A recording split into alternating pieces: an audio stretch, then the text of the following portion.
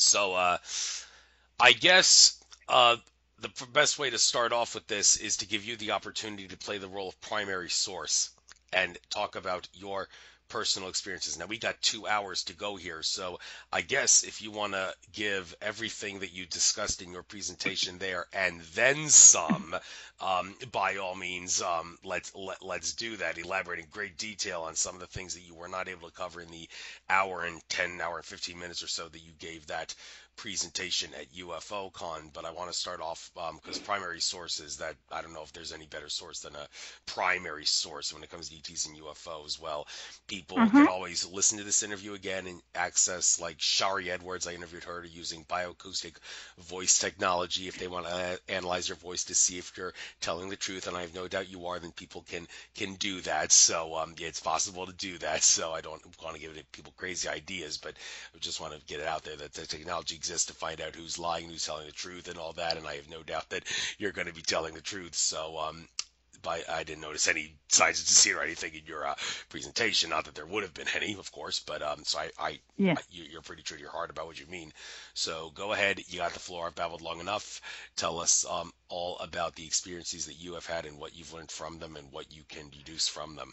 Well, should I start with who I am and Oh that yeah, kind of thing, if since you that didn't helps. read a bio or anything? I'll put the bio in the description Which when I upload it to YouTube, of course. But okay. Well, okay. So my name is Melinda Leslie, and I've been involved in UFO research and investigation pretty hardcore since 1989. I am an abductee who went public with my own experiences just a couple years after that. So I've been public roughly 28 years. And I've had a lifetime of alien abduction experiences. And because I've had those experiences, I've also been targeted by covert human agencies.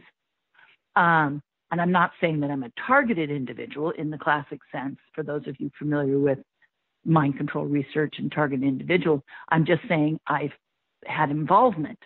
And I am, if people are familiar with the term MILAB, which is MIL for military and AB for abduction, and which basically means I'm an alien abductee who's been in the crosshairs of the covert world for a variety of reasons, and I've had a variety of things happen to me. I got involved in the whole subject of UFO research, and I should also add, I currently live in Sedona, Arizona, where kind of my full-time gig is twofold. One is that my primary kind of thing that I do is I take people out with military night vision goggles on UFO sighting tours. And I just completed last night tour number 777. So in 777 completed tours, only once did my clients feel they didn't have a sighting. All the other times, 776 tours, my clients always thought they had real UFO sightings. Of course, we're using Gen 3 military night vision goggles. And I educate everybody on all about, planes, helicopters, drones, shooting stars, and of course, all about satellites. So we can rule all those things out and know that we're only when we're able to rule out every possible conventional thing, we are left with real unknowns, but we really have great sightings. Last night, as an example, on 3 different occasions, we had doubles, which is 2 things in unison. And one of those times they were parallel to each other, and then they switched their position, lined up, and became like follow the leader as opposed to parallel to each other, and then headed out and then flew all the way across the sky that way and then headed out together. Another time they came in one behind the other, but they did a big arcing curve into an area of the sky that we out here we call the portal. We have an area of the sky where we see so many ships come and go, and they did this big arcing turn and took off out that way. Up and out, meaning they disappeared right above us out the portal area, but they were following an arcing path, which of course satellites don't do. We don't put satellites up in orbits together to fly in formations together. I've asked many satellite experts. We don't do it. It's mathematically pretty much impossible and cost prohibitive. And so when we get that, and they certainly don't make a big arcing turn, satellites wouldn't be parallel to each other and then switch places and then follow the leader and change positions. Yes, they could cross paths, but they're not going to be locked in those positions. Anyway, so just to let people know, and then we had big amber lights last night. We flash at things with the laser. We get things responding to us. We had a number of really great responses last night. We had some fast things that did zigzag maneuvers, and so these are all the kind of things we see all the time on my tours. And it's I never dreamt in a million years when I started doing the tours that we'd have sightings every time, but we do. And some nights it's more ho-hum, and some nights it's totally off the hook. And we've even on 19 of those tours seen fully structured craft. That's when you say you see a disc or a cigar ship or a big triangle, and we've seen all those things, and big cylinders. We've seen all those things, about 25 structured items spread out over 19 tours. Unfortunately, last night we did not get structured craft, although we had one very large amber light, almost verging on red, kind of an orangish red, come from the north, come straight towards us, do an arcing turn, then turning northeast. So it came from due north, turned northeast, did this big arcing path, and then disappeared. That was a tremendous sighting, but it was not close enough to see hard edge structure. I only call it structure if we see hard edge structure. But it was what I call big light, and that happens about 1 in 5 tours to have that dramatic of a big light. And the amber being, or orange red being the most common color seen in UFO sightings. And that's because you're seeing a plasma field. You're seeing ionization of the air around the craft, and that ionization lights up like that. And so that's the most common color produced in ionization and the most common color reported in sightings, the second being blue and the third being green. And we've also seen blue and green on my tours many times, but almost every tour we get amber lights, almost every tour. So, pretty much, like 2 out of 3 for sure, if not more. So, okay, so that was a little bit about that, and I do those every night. I also do readings at the Center for the New Age. I'm a psychic and a medium, and I also do that. I have been those things my whole life, and really got in touch with it back when I was in high school. But when I moved to Sedona, I moved here to start doing the tours, and it made sense to also, for financial reasons, to do the other as well. But now I realize it's really my life path. That's what I'm supposed to be doing. I love doing the tours, and I love doing the readings equally. They're so different. They don't, I have people that come on my tours who never want a reading from me. And I have people who want readings from me who never want to go see UFOs with me. So it's like 2 totally different worlds. I just happen to have my feet planted in both of them. But going back to probably more about why you had me on, Andrew, was because of my covert human involvement in my abduction experiences. As I said, now hang on, I'm going to take a swig of something to drink because I'm about to start coughing here. Thank you for that. And I, let me see, it all, let's go back to this. It all started with my learning I was an abductee in 1989.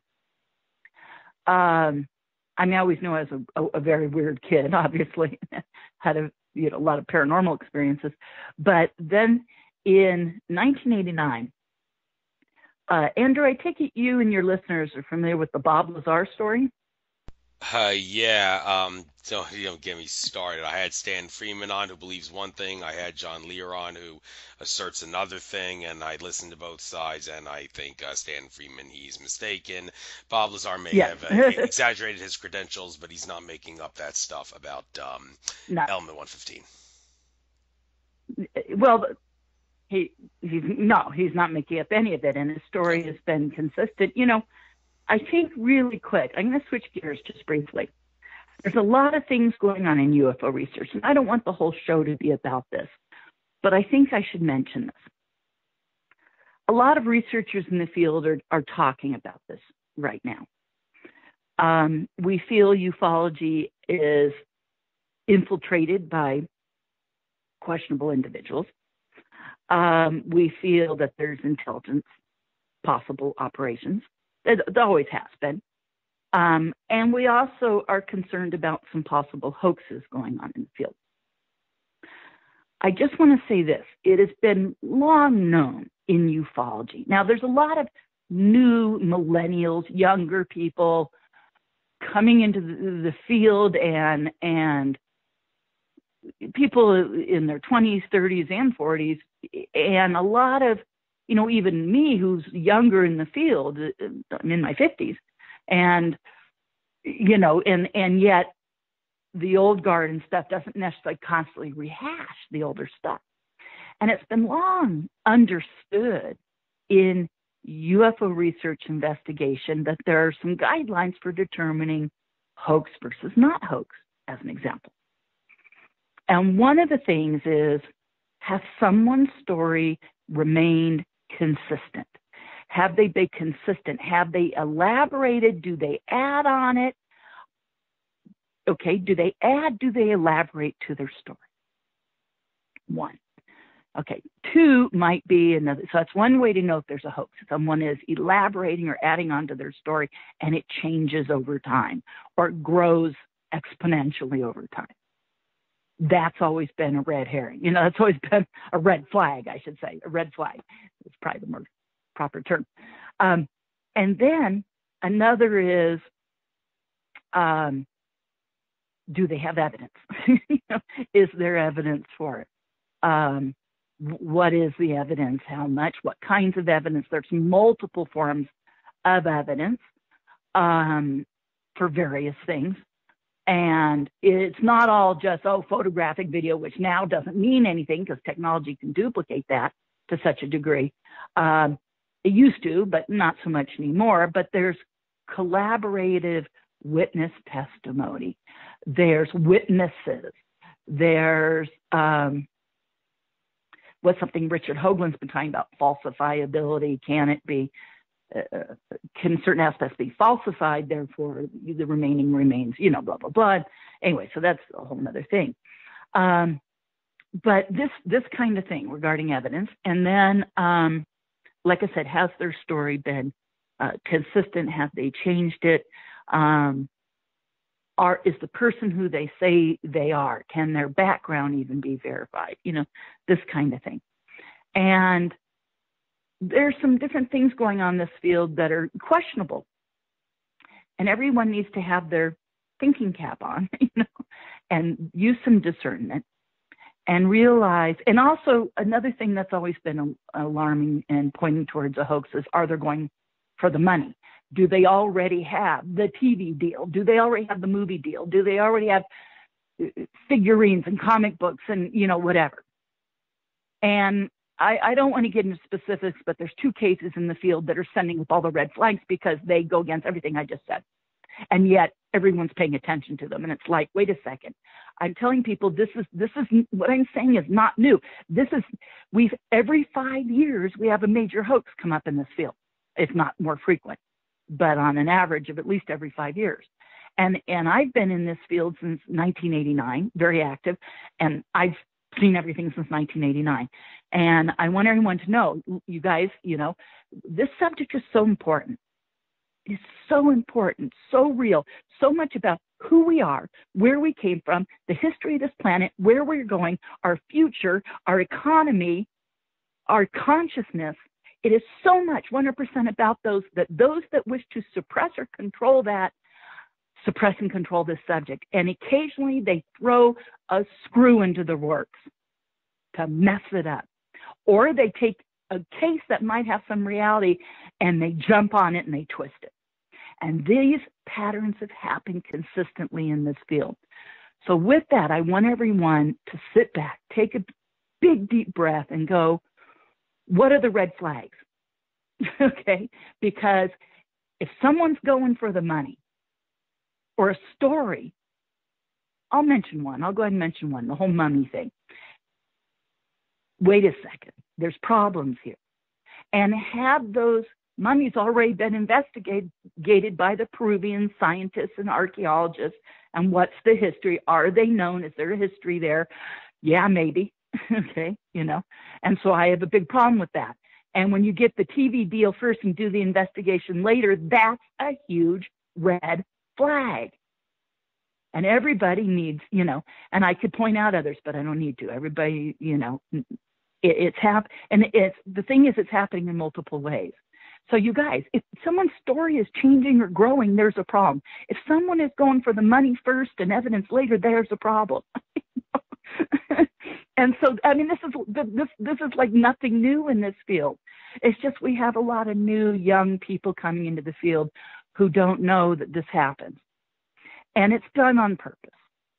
Now, some of it's just people trying to make a buck, and they're not an intelligence operation necessarily. They're just, maybe they even have good intentions. They're just going about it all wrong, or their egos are involved. We have giant egos in this field. I could list a list of 10 people that are huge, giant egos, and that's a problem too. Are they looking for attention? I've been in this field getting mediocre attention for 28 years because I'm into it for the evidence and the truth. And I try to do my research 100% evidence-based. And so I have a problem when other people don't, because it's like, this is that important to me. This is my life. This is what I've been through. This is who I am. I help hundreds of people who've been through horrible stuff. Not to say that abductions are horrible, not even to say the MILABs are horrible, but because they've had trauma, and because I know so many people that have had their marriages end over this. They've lost custody of their kids. They've had to go to court to fight to get custody of their kids. They've been brought up on false charges. That's happened right now too in this field. So it's like, this is real, and the manipulation and control of it is real, and people pay with their lives, and people have died over this subject without a doubt. And so it's that serious. It is about who we are, where we've come from, where we're going, what it means to the planet, the future of this planet, the future of our government, the future of the world's governments, the future structure of the complete economic system. It is everything. And it's who we are and where we've been, and the fact we're not alone out there. And that these other beings give a shit for a million reasons, or at least a good 1,000 reasons. You know what I mean? I'm getting really emotional about this because it's that important. And because of that, when people come along and they do sloppy, unprofessional, unresearched, uninvestigated, unvetted cases, that upsets me, because I vet and research and investigate. That's what I do. That's why I do it, is because it's that important. And when people don't, it's a real shame. And then on top of it, there's egos, there's media, attention-seeking stuff that's made to look pretty with lots of CGI, and it's a problem. And yet, and these stories that are elaborated and grow or twist, or people who get the media deals first and the research later, that's a problem. And it's obvious. Just take a step back. It's obvious. And so anyways, I'll get off my soapbox. Thank you, Andrew, for letting me vent.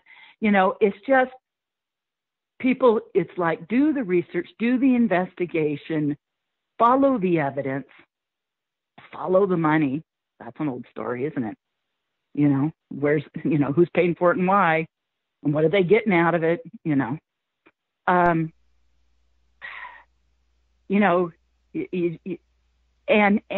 know that there's constant hoaxes that come along, and there's constant egos who take advantage of the field, because people are more than willing to put their belief on a shelf to be entertained. You guys, this isn't about entertainment, okay? It's not. This is about who we are as a human race and where we're going and our future and our existence. And it's that serious. And because it's that serious, it gets manipulated. Whoop. Did I lose? Someone's calling me. I'm still here.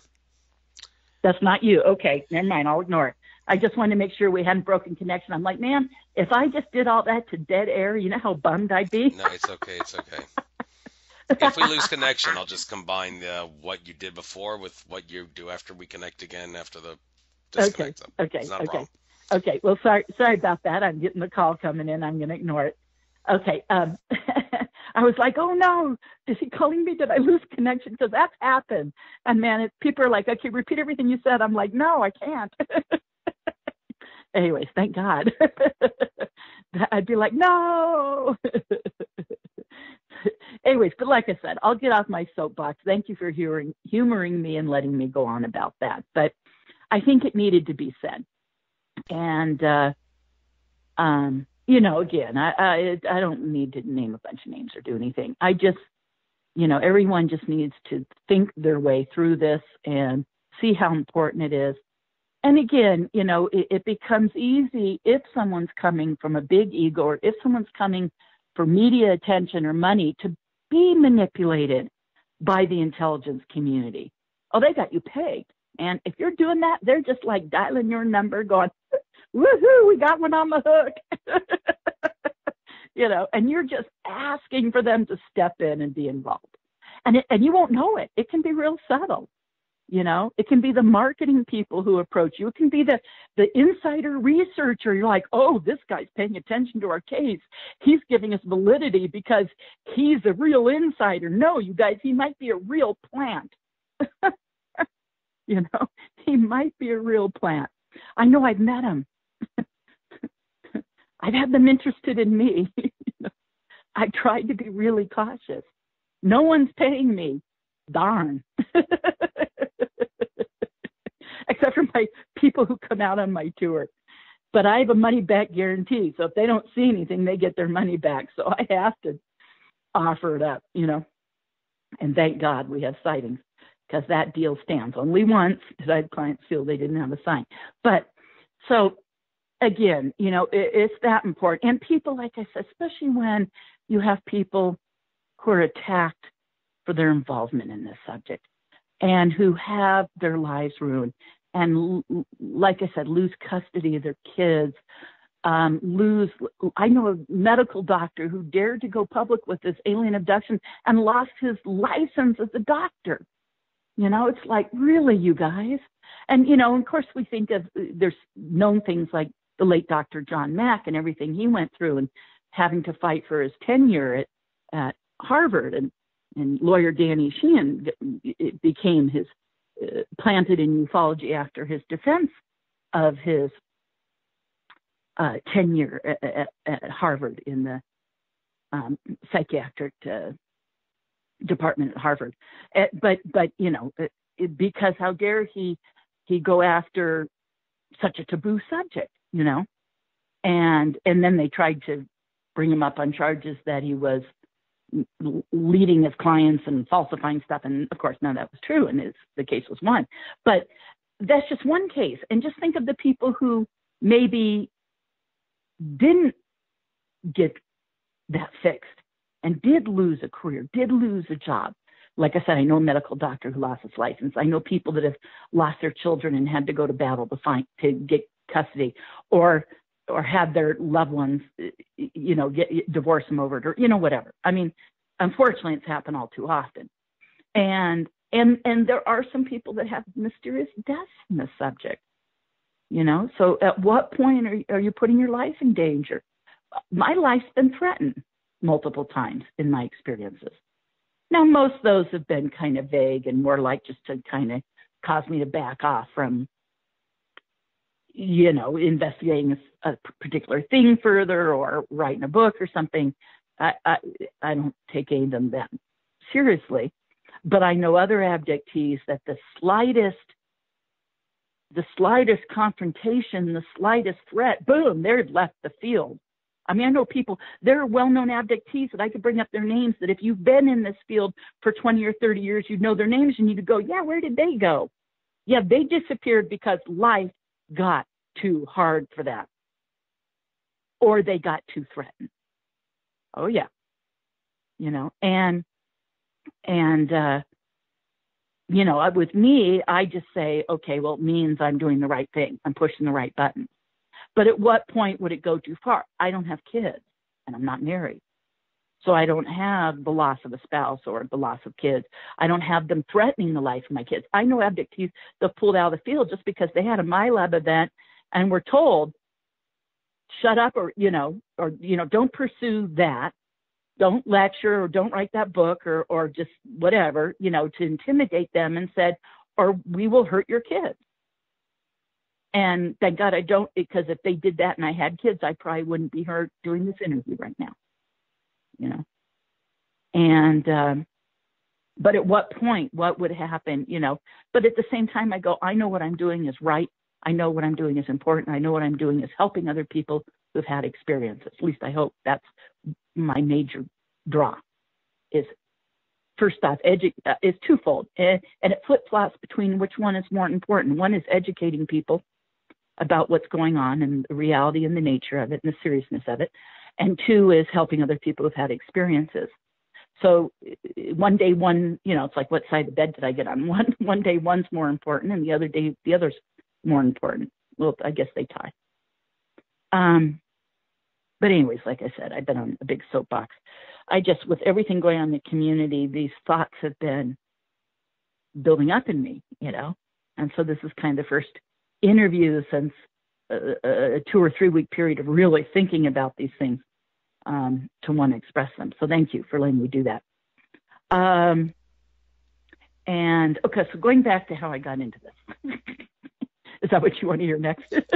Yeah, I have no intention of interrupting you. You got the floor for as long as you need to talk about your experiences.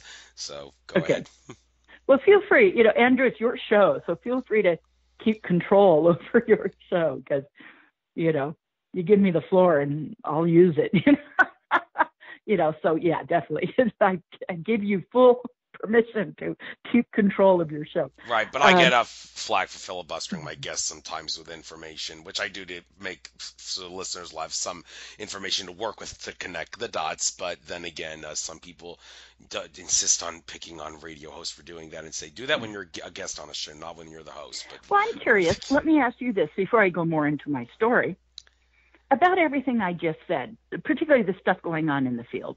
And I realize you're trying to doing a radio show and probably want to not pick any sides or anything. But do you have any feelings about what I said, either agreeing with me or disagreeing, or have you felt similar things because of stuff going on in the UFO field? You have no idea. I am, well, for one, I'm getting kind of sick and tired of all the whistleblowers who want to be gatekeepers because they don't want to expose any of this stuff about ET and UFO cover-ups, not because they fear for their reputation and all that stuff, but because they think that there's going to be Orson Welles' War of the Worlds radio broadcast all over again if the truth comes out. Yeah. I mean, yes. Yeah. And if you think that's ridiculous, some people like Stephen Bissett would say, well, that wouldn't happen. That was then, this is now. Oh, really? Well, it just so happens that Akashic Records leader Andrew Bartzis, who I frequently use as a source because I think his Akashic Records skills are probably the best way of getting a definitive answer out there to access the Akashic Records. Ancient Aliens, by the way, did an episode about that recently. Great. I'm sorry I missed it. I wish I'd seen it. Yeah. But anyhow, he said in some insight email that he wrote called The Future with a question mark after the word future. I remember reading that, and he said something about how in another alternate timeline back in 2004 there was some sort of a timeline genocide incursion where the UFO alien cover-up was disclosed. All the conspiracy theorists who talk about ETs and UFOs, it was exposed they were right all along. All the ancient astronaut theorists were right all along. It was revealed the governments said, yeah, we lied to you. The ETs showed themselves. And, well, how did it work out? Well, 3 words. Society fell apart. Simple as that. Yeah. Nobody could handle it, and everybody was people stopped living their lives, basically saying, I don't want to live my life the way I'm doing, knowing that there's other ETs out there who can first of all, they can squash me like a bug if they want to. Second of all, they have technology that would make my technology obsolete. Why am I a slave to this stuff? And well, so that kind of also resonates with something another listener, I just want to point this out, a guest said that he was told by Bashar, E.T. Bashar, that there was Yeah. another timeline where JFK was not assassinated, and he exposed the UFO cover-up, and pretty much the same thing happened. People were not able to handle it and accept it. So Yeah. I, Well, and people always say, well, we want disclosure and we're ready to, isn't it time? We're ready to handle it, da, da, da, da. And yes, I want that to happen in my life. Absolutely. So I don't want people to think I'm against that at all. I want it to happen. But, you know, and I have this from clients, well, why don't they tell us, and, you know, and aren't we ready for it? And I go, well, why don't you tell everyone in your family about, and your coworkers about your sightings? Why haven't you told everyone in your family and your coworkers about your abductions? Oh, because they wouldn't understand, they wouldn't accept, ridicule, blah, blah, blah. Hello, I might lose my job, whatever. Just my family disowned me. Well, you won't even disclose your own knowledge and personal experience, and you expect those controlling the information to do so? You know, and so it's like, and for that reason, because people will go berserk. If you talk about it, work, could you lose your job? Yep, absolutely. You may not. It depends on your boss, it depends on your coworkers, but it's different in every situation. But in some situations, oh yeah, absolutely.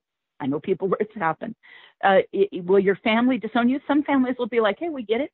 Or that's not our thing. We don't know if we believe you, but you're cool. You know, my family's kind of like that. They're like, that's your own thing, whatever. You're cool.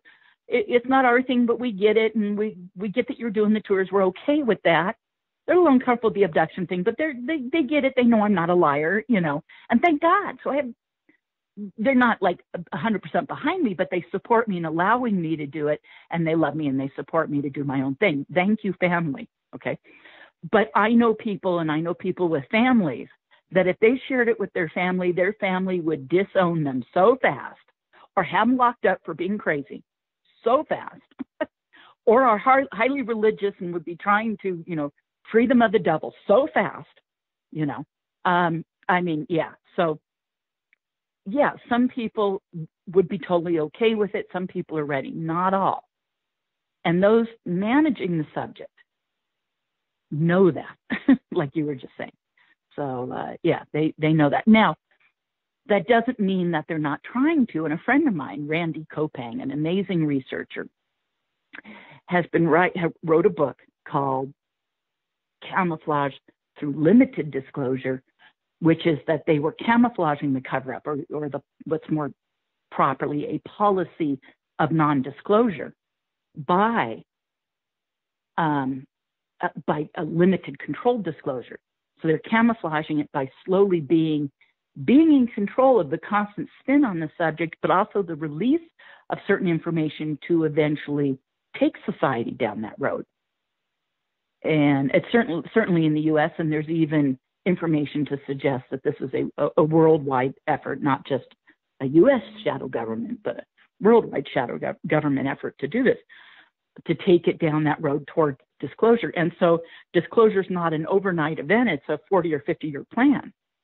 And he's writing another book about how far along that is and how much more, and examples of how it's been manipulated and spun this way and that way. And you know, just another book further getting into the evidence for that.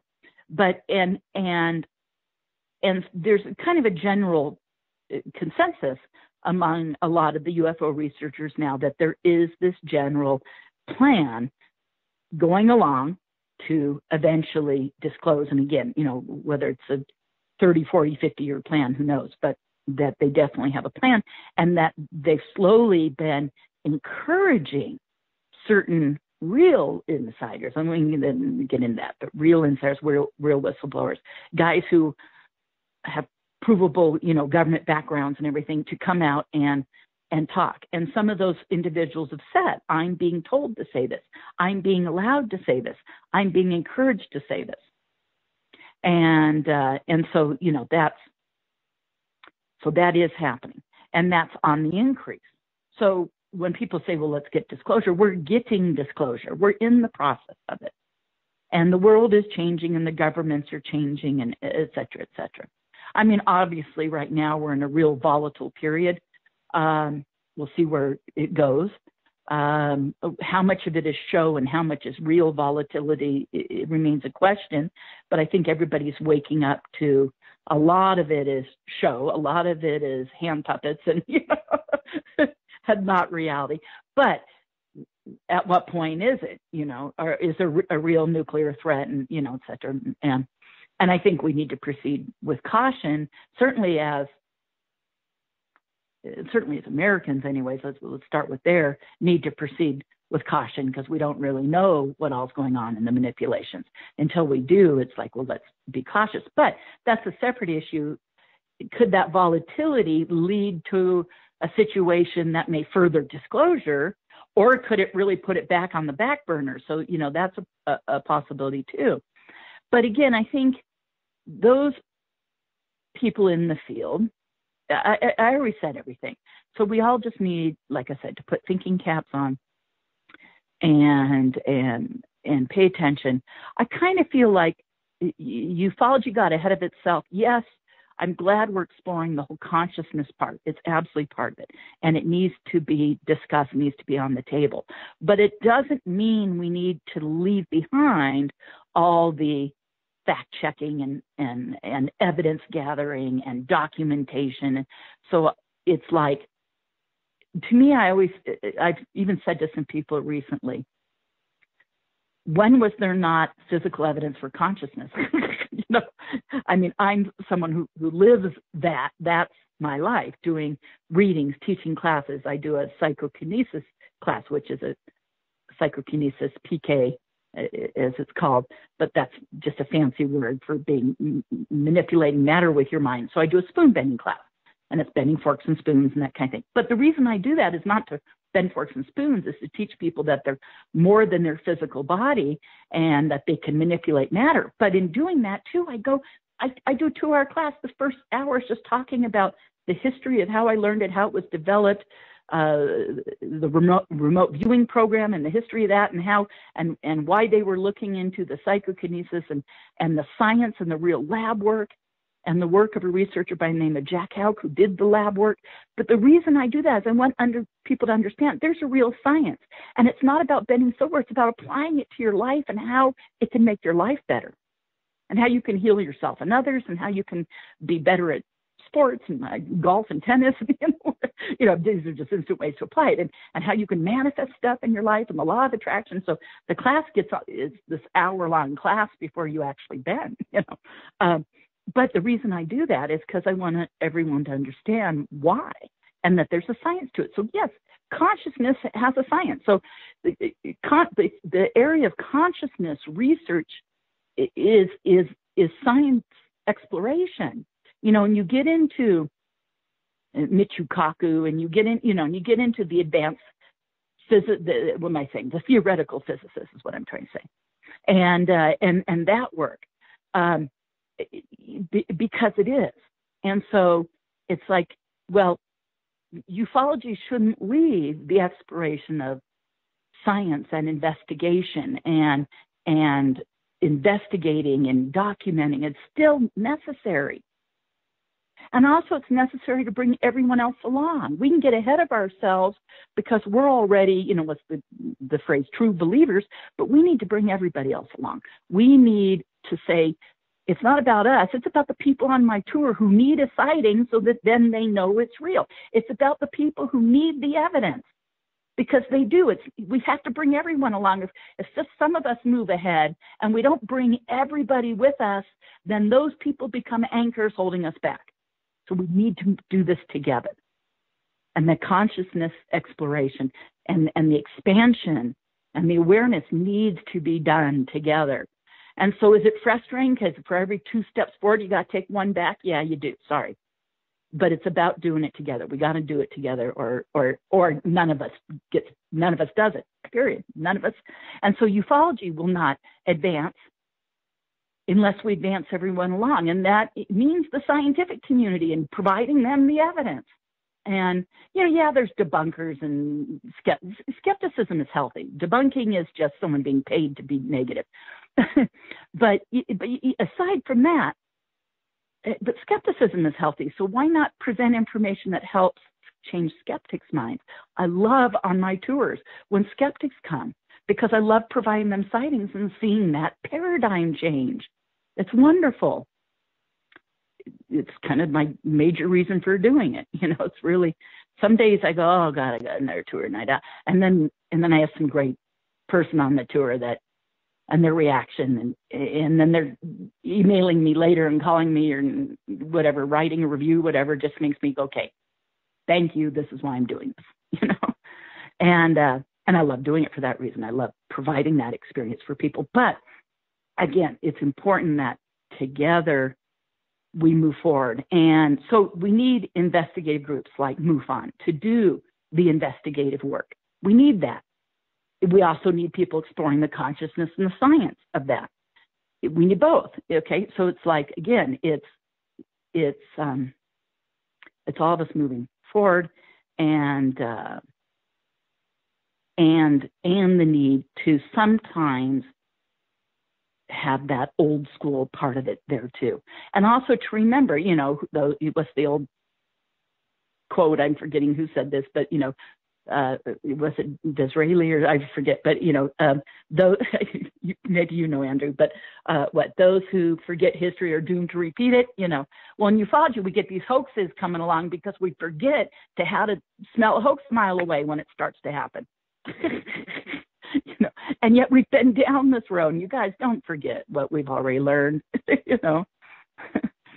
You know. There's certain indicators, as I went over. I won't repeat them. I said them in the beginning. But anyway, so again, enough about that. But just, you know, I do see the field learning from this. I do see us growing, and that's a good thing. Maybe sometimes these things happen, so we kind of reshuffle the deck and sift stuff out and refocus, and we regroup, and then we move forward. So it's not all bad. It's part of learning. And sometimes, you know, when you learn to ski or when you learn to ice skate, you got to fall down a couple times. So, okay, so we fall down, we get back up, we move forward. Going back to my history. And Andrew, by the way, I agree with everything, you know, you were just saying there too. Yeah, before you get into your history. Hopefully I added to it. Yeah, before you get into your history, just one thing I want to point out. Brad Johnson, who channels Adronis, said that, well, Adronis claims that given the state of affairs on planet Earth, awakening and how it's progressing and all that, when will it be possible for disclosure to happen to the point where the ETs can show themselves and interact with us at a physical, conscious level and all that? Well, he gave an approximate date, and a lot of people are going to do a double facepalm after I say this. 2050. Yeah. One person I had as a guest on my show said, oh, God, I hope it's going to be sooner than that. Yeah, that's... But there already are. I mean, so many people are having abduction experience or events, full conscious contact events, sightings. All these things are on the increase. And an openness to it that is allowing people to be more public and stuff about it, even with occasional setbacks and attacks on people. There's still an increase. It's a wave that can't be stopped. It's a wave of consciousness. So, you know, your comment then, well, when will the ET show themselves and when can we interact? A lot of people already are.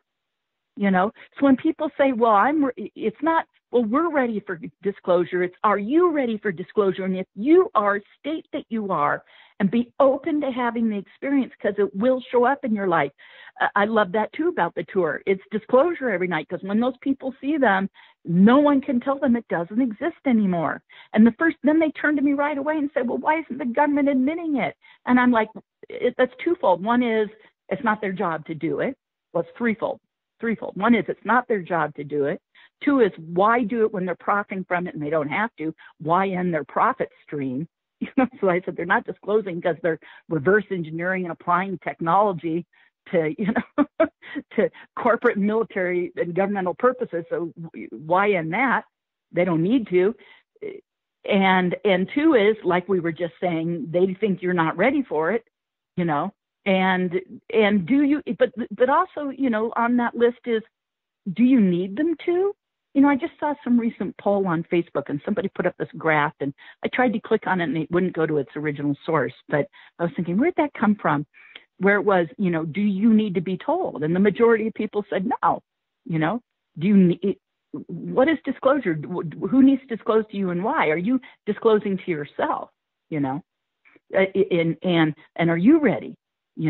And are you sharing with your family and friends? So that too. But I don't know. I got off on a tangent. Sorry. That's easy to do.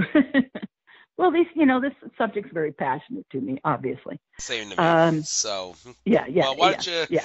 Now's a good time to get into your primary source experiences. Okay. Well, I kind of started to, and the reason I brought up the whole Lazar thing, which started the tangent, was here's a case that's been consistent, stayed the same, not embellished, simple. This is not someone seeking attention. He's turned down movie and TV deals.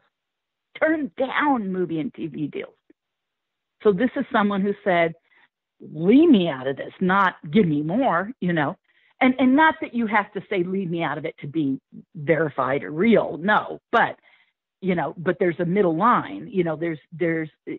Are you rushing after it, or are you very cautiously accepting any offers, that kind of thing. So, but in his case, it's been consistent. It's not changed. It's not embellished. It's not grown. Yes, he has evidence. Granted, it's hard to prove some of the things in his background, but they scrubbed his background, and there's a history of knowing that they do that for insiders. But even with that, they found him in a yearbook. They found him on a mailbox thing. They found him, so he's come up with some evidence for some of it. People who've gone to school with him have come out and said, we were at school with him, so he's had evidence for his background.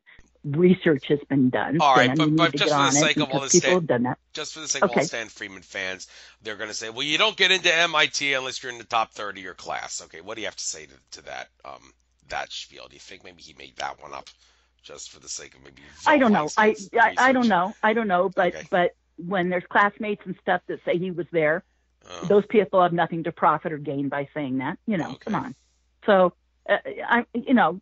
do I know everything? No, but I can say that there is evidence for some. And on top of that, when it started to happen, and John Lear, who you just had on, said, prove it to me. He said, I'll take you out there and show you the test flights. And he did, repeatedly. And then other people like me, so it leads into my story. But that's how I got involved, okay? So people started going out there and seeing the stuff. And it's like, well, he knew when the test flights were, that, and then security chased him and picked him up while he was out there with witnesses witnessing him being picked up. Hello, so come on, And so again, has there been evidence? Yeah. Has there been witnesses? Yes. Has it remained the same, consistent over time, unembellished? Hell yes. So again, these are the things. You go, wait a second. And anyway, so the reason I brought that up, though, was sure, he confided in Gene Huff. Gene Huff told Lear. Lear and Huff went out there with him, saw the sightings, without going into great detail about all that. But what happened is Lear and some other researchers who had gone out there with him, long story short, went on a radio program called Billy Goodman's The Happening, broadcast out of Vegas. And when they went on and said, we've gone out, and at the time, Lazar was using a fictitious name. And they said this guy who's in this reverse engineering program dealing with the technology took us out there. We have these sightings, and this story started being told. But there was such interest from people calling into the radio show that they said, okay, well, how do we go out there? Where is this? And the radio show decided, long story short, again, I'm just going to give an easier version of this. Eventually, they rented 2 buses and said, anyone can join us at these casino parking lots in Vegas, and we're going to drive out there together. A friend of mine who turned me on to this radio program right when it was happening. Prior to that, I had no real interest in the subject other than kind of on a metaphysical level of ETs were channeled information. But other than as a kind of in a channeling context, I wasn't really into the nuts and bolts of it. I didn't have an interest in that. But she said, we've been talking about a road trip, and we lived in Southern California, and we used to come here to Sedona. and other places. We did these kind of like metaphysical road trips. And she said, it's been over a year since we've done anything. Let's go do this. And twisted my arm. And it was like a Tuesday night. She's talking to me, trying to convince me, let's go do this. That Friday morning, we pack up the car and drive from Southern California, 5 hours to Vegas, and from Vegas, 2.5 hours to Rachel, Nevada, to go join up with all these people. We were going to get it and follow the buses, but we got too late of a start. So we just went all the way out and said, well, hopefully we'll get out there and not miss it. And we got out there, and there were these 2 buses of people and about 40 cars, and, you know, and everyone said they'd been having sightings. We're like, oh no, we missed it. Well, we stayed, long story short again. We had multiple sightings. And I think we sat out for 2 nights and had sightings. And then we went back 2 weeks later, and we went back a month after that. So I want to say this was like September and October of 1989, 3 back-to-back trips out to Area 51, having a ton of amazing and miraculous and, you know, physics-defying sightings. That was like turning a key, inserting a key and turning it in my mind, because I had this huge paradigm change. I went, okay, they exist, they're real, they defy physics as I know it. They're flying in and out of a known military base. There were whack and hut, white Broncos, security, you know, vehicles all over the place. There was the local sheriff and other sheriff and police cars. There were black helicopters up in the air. So I'm going, okay, this technology is known. Whatever's going on here, all these, you know, these local authorities know. The government knows. They're flying in and out of a known governmental top secret base, and they're defying physics as we know it. And so all these paradigms changed overnight. You know, it exists, it's real, it's technical, the government knows, etc. And little did I know the road I had embarked on, because I started to have dreams at night, remembering childhood, teenage, and young adult alien abduction experiences. And I'll give you an example. I always as a kid had remembered my grandmother, growing up, my grandmother had a house in Yucca Valley, California, in the Landers area, which is famous for, in ufology, for giant rock and the integratron. And she had a house out there, and we'd go visit her. Her house was out in the middle of nowhere. An old guy lived near her, a couple, I don't know, 20 yards away or something, with 50 yards away, with 2 mules in his yard, or 2 donkeys. I remember one was named Kennedy. Maybe the other was Eisenhower. I didn't remember that from being a kid, but I knew one was named Kennedy. And anyway, so, and he had those, and this is the early 60s. And the next closest neighbor was like a mile away. She was really in the middle of nowhere. And I was put down for a nap, and I'm the youngest of 5 kids. All the other kids and adults went to see a movie or do something, and I was put down for a nap. What I always remembered my whole life was that little kids had come to the bedroom window, and I snuck out and played with them, and that the adult who'd stayed to babysit me had fallen asleep on the couch, and I snuck out to play with these kids. Well, suddenly I'm having a dream at night, but it is not little kids at the bedroom window, it's gray aliens, and I had an abduction. And yes, the adult was asleep on the couch in the living room, and I was on my grandmother's bed in her little bedroom. She had this tiny little 1-bedroom little house, little homestead. And anyway, and I had an abduction. And so here I'm having this dream at night, remembering this whole event that I always thought was I snuck out and played with kids. And everybody came home, and they're like, did you have a nice nap, Melinda? And I said, I went out and played with kids. And they're like, no, you didn't. I'm like, yeah, I did. I was adamant. I'm like, yeah, I did. And they're like, no, that was a dream. And I'm like, no, I went out and played. No, you didn't. You didn't go anywhere, you know. And so here, again, in this dream at night, it's an abduction. Another event. I'm 12 years old, again in Yucca Valley, but this time not staying in my grandmother's, staying in a little motel in the area that still is there. It's become a travel lodge, but the back end of it is this funky old building that used to be what was called the Yucca Inn. And so we stayed there, and I was about 12, and I was feeling sick. Everyone went on a day hike and a day picnic to like Joshua Tree National Forest. I'm said, I'm not feeling good. I'm going to stay behind. What I remembered is I laid down, couldn't sleep. The room was stale and the air conditioning unit was really loud. And I'm like, this is crazy. I'm never going to be able to sleep. I felt so nauseous. I decided to go outside for some fresh air, get a little walk. It was really, really hot though. I went out, walked, came back, went in the bathroom, used the bathroom, went back, came out of the bathroom, and all of a sudden, or maybe when I'm in the bathroom, everybody comes back to the hotel room. And I'm like, oh, and I was 12. I had a good sense of time. I thought maybe it had been an hour. And I'm like, oh, you guys didn't go on your picnic? They were going to go Joshua Tree National Park and a picnic and a day hike. And they're like, Melinda, what have you been talking about? We've been gone all day, like 5 or 6 hours, like 6 hours, And I'm like going, no, I couldn't sleep, didn't feel good. Went outside for a walk, came back, used the bathroom. You guys came home. You came right home. And they're like, Melinda, we've been gone all day. So obviously I had missing time. And I always remembered that. And it was weird. I thought, God, how did I fall asleep? I couldn't fall asleep. I never slept. That's crazy. I wish I felt so horrible. I wish I had slept. I told my family, I wish I had slept. And they said, well, you must have. And I said, no. I said, I wish I'd feel better. I don't feel any better, And here again, I'm after having all these sightings out at these trips at Area 51. After that, I'm having a dream at night remembering this event. But when I went outside for the walk, I walked up and over a hill. There was a landed craft in kind of a wash, and I had an abduction. So I admit that's explained the missing time. And then, and other things. And so this was happening. And then, shifting gears real quick, all of a sudden I had present real-time experiences, like not just dreams about remembering something from the past, but suddenly I had current.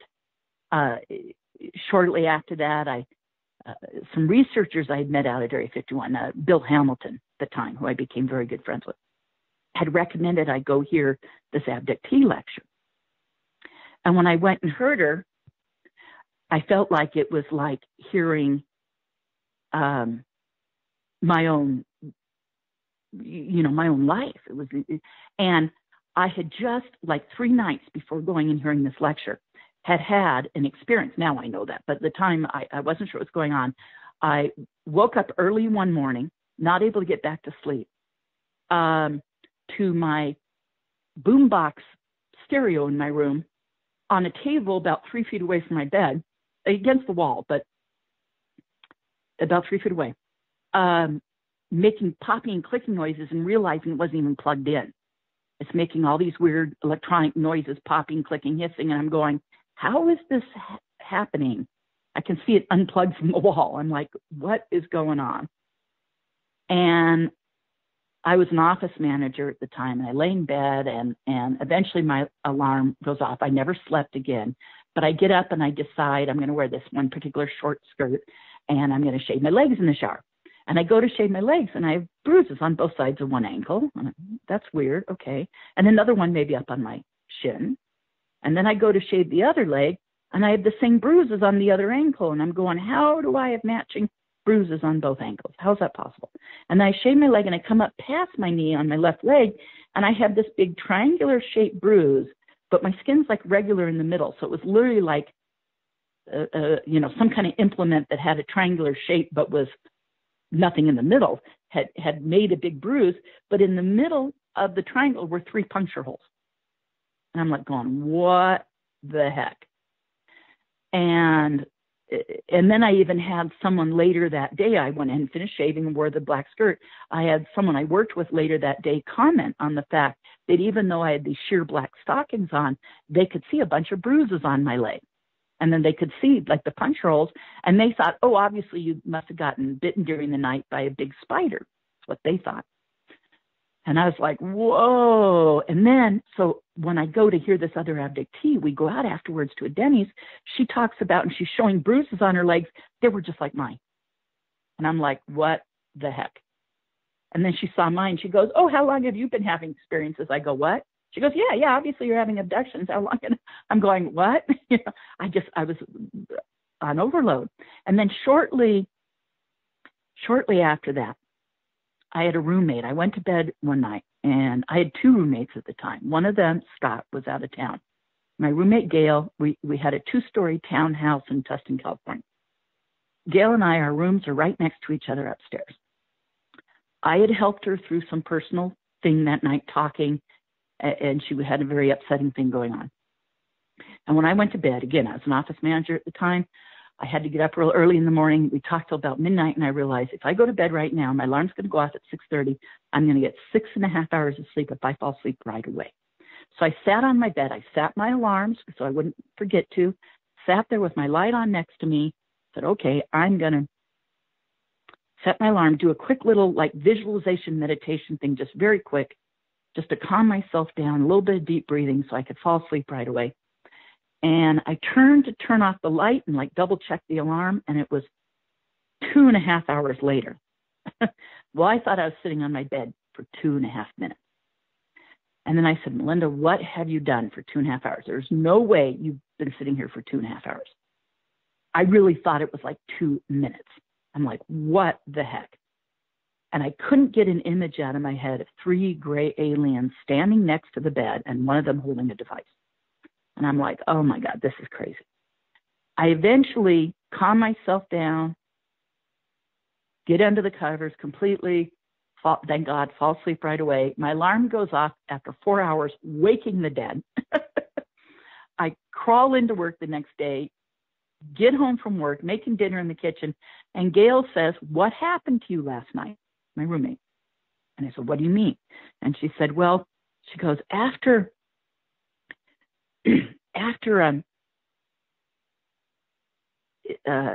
our talk, she couldn't sleep. So she sat in her room with the light on, reading, hoping that she'd, read herself and start to fall asleep and be able to get to sleep. And she kept hearing something downstairs and hearing other things in the townhouse. And she thought either someone's inside, and she knew I had talked about I got to get to bed right away at midnight, so she knew I went right to bed. Or maybe an animal or something was downstairs. So she went and looked, nothing there. She comes back up. Again, she hears it again, goes back downstairs, nothing going on. But when she comes back up, she realizes we had bedroom doors that were planed with a 2-inch gap underneath, even though now there was like Berber carpeting in there. But at one time, apparently they must have had some real plush carpeting because of the big gap under the doors. And she sees the light on in my room. So she knocks on my door, no answer, knocks again, no answer, pounds harder, no answer. Now she's scared to death, thinking, oh my God, something happened to me. So she pounds really hard, no answer. So she goes in my room. I'm not there. So during my missing time, she went in my room. She said it was like 3 in the morning. 3 in the morning, she goes in my room. I'm not there. And then on top of it, then she goes back downstairs. I'm nowhere to be found. My car is in the carport right outside the front door, so she knows I didn't drive anywhere. She walks around the outside, comes back in, searches the whole place, can't find me, and is like, said, Melinda, go for a walk at 3 in the morning? What the hell's going on? So she goes up and sits in her room reading, but leaves her door open to the hallway, hoping she's going to hear me come in through the front door downstairs any minute. And all of a sudden, there's a flash of light in the hallway. So she thought, well, maybe I did come in, or I came upstairs and she just didn't hear me. And so she looks at the hallway expecting to see me because there's this flash of light, thinking maybe my arm hit the switch on the wall or something. And she's all ready to say, are you okay? Or where have you been? She looks to the hallway, but instead of seeing me, she sees a gray alien standing in the hallway. And it stepped forward, stood right in her doorway. She'd closed the door to my room because if I came home, she didn't want me to think she'd, gone in my room without my permission. And so she said, Melinda, it walked through your closed door like a knife through butter. It just went straight through your closed door as if there was no door there. And so here she witnessed I was gone during my missing time, and she's fully conscious, sitting up in bed, sees a gray alien in the hallway, and then sees it go through my door.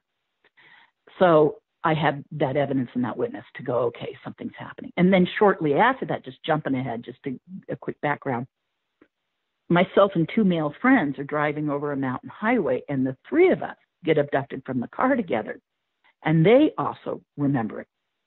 The 3 of us later got hypnotic regressions, me about 2 months after the event, both of them 10 months and a year after the event. But we had all had little bits and pieces of conscious memory come up, And then when I got regressed, I did not share any details with them because I wanted them to remember. Obviously, I needed them to remember. And eventually we got together with the regression therapist, who was also a full-fledged PhD psychotherapist, by the way. And we got together. She waited till she said she completed 2 successful regressions on each of us. And then she said, we clearly recalled the identical same experience. So it was like, a year and a half later by the time we had dinner with her. But she said, we clearly recalled the identical same experience. And so then, I had them involved in that. They remembered too. I now know that one of those people, I think it was convenience. He was with the other 2 of us that he was taken. But one of them, at the time I didn't know, but have come to learn, the other one was a lifelong abductee as well. And I've had other experiences where I've been taken with other people. So now that's the general on my alien abduction stuff. I'll talk about the MILAB stuff now, the covert human involvement. All right, we are back and on the air. Okay, great. Sorry. Well, those things happen, little technical things. That's all right. Yeah. Okay, so now to get into the covert stuff, and by all means, jump in at any point and ask questions. Okay.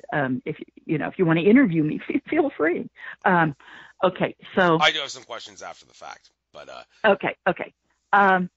So, and I realize we're probably eating up time, but we have till 5, right? Right, we have till 5.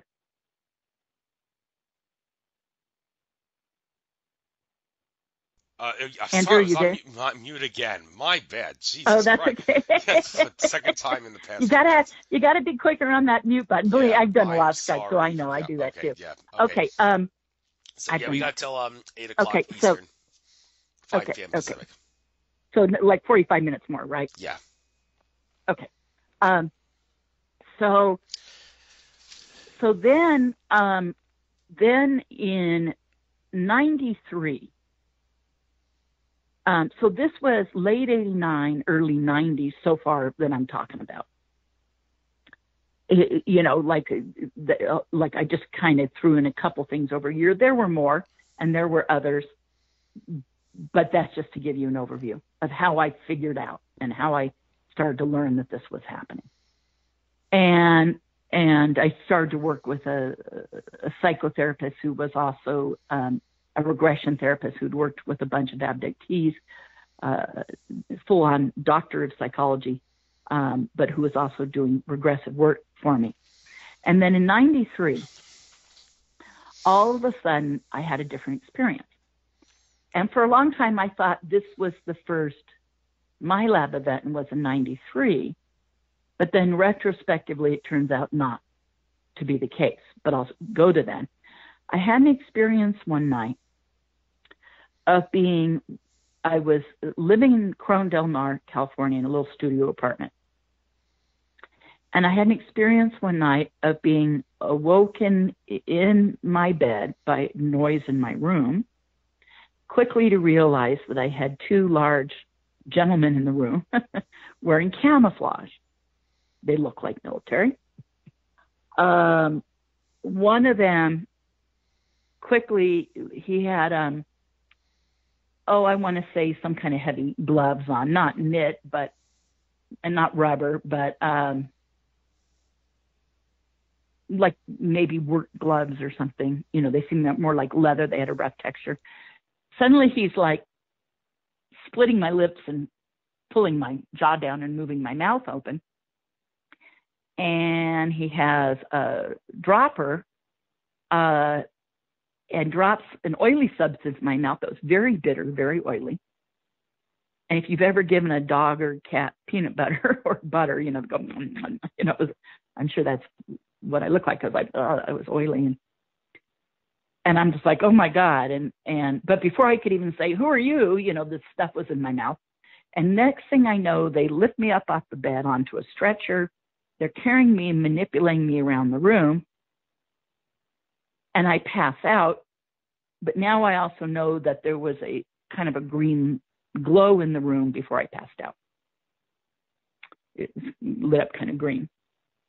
not real bright, but a little bit. And anyways, and I pass out on the stretcher. Now, this would be really long if I go into great detail, but I will say this. I ended up, because I could go over the whole thing, and it would probably take 2 hours to even tell it. But I want to get into some other stuff. So I just suddenly, it was like, well, I had this whole thing happen in a military underground base, and then in November, and sometimes I'll confuse these two still a little bit. I mean, I'm clear about both experiences, but which one happened first? Because that was actually August of '93, late August 1993. And then in early November of '93, so not very long after, I had another of these kinds of experiences. And in one of them, so I'll just say it like this, rather than who cares which one happened when. One of them was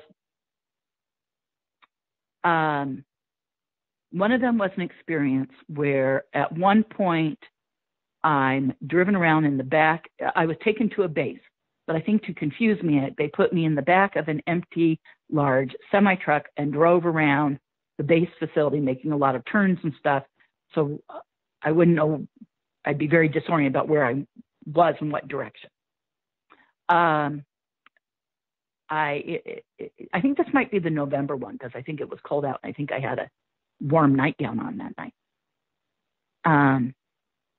Anyway, so in one of these experiences, I am taken to, again, underground base, to a kind of a room that was set up like a hazmat, hazardous material handling area, like it was tented. Not that it was in a tent. It was a room with draping on the inside and draping over the doors and draping over any extra equipment in the room, and that there was a medical exam table, and I was put on it, and I had a procedure that was gynecological in nature at the time. That's what I knew was going on. And I had other stuff happen in this underground base where they were walking me down certain tunnels.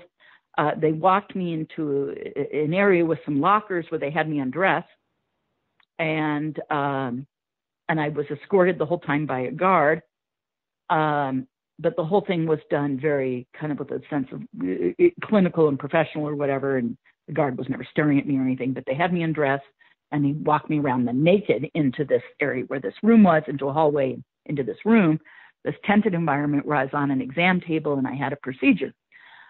Years later, I was giving a lecture and invited to speak for a MUFON in Minnesota. I think Minneapolis, Minnesota. Yeah, I'm fairly certain. So I'm talking for MUFON Minnesota, and I talk about this experience as well as some others, and my research and my working with other people who've had experiences. But afterwards, a gentleman approaches me and says, I'm on the board for the local MUFON, and I'm a surgeon, and can I ask you some questions about your procedure? And he asked me a bunch of questions, and he later said he tried to mislead me, and I kept correcting him because I was just purely going by what I remembered. And after we talked for at least 20 minutes, I think about half an hour, he ended up telling me he is a gynecological surgeon and that I had a certain emergency abortion type procedure that is done at only a certain point when there's a problem with the pregnancy. And he has done these emergency procedures. He's a gynecological surgeon, and he said, I'm kind of a specialist in this, and I've done these procedures, and I'm telling you, and I even tried to mislead you, and he even asked me questions about the healing afterwards and what I went through, and he said, I am telling you, you have this experience. And that I had this procedure that he knew all about, that he said I described technically very accurately, but yet it was clear I had no knowledge of it, no medical knowledge or anything. I was just describing, and he kept asking me detailed questions, and even, like I said, trying to mislead me. So according to him, I had a gynecological procedure that you'd have when you have to terminate a pregnancy that's having problems when something hasn't, like when the baby's malformed or something. And, but at the time I was not married, was not pregnant, had not been pregnant. And so I have every reason, and I kind of know this now, after lots of recall, lots of regressions, lots of talking to different experts, blah, blah, blah, that it was an alien fetus and that the military guys took it. And it may have also had something wrong. At the end of the experience, in this underground facility, I was handed over to ETs. Now, this is common in these events. You can be taken by ETs and handed over to humans. You can have ETs and humans together. You can be taken by humans and brought back by humans and never seen the ETs. You can be taken by humans, brought back by humans, and see ETs in the underground or wherever you are.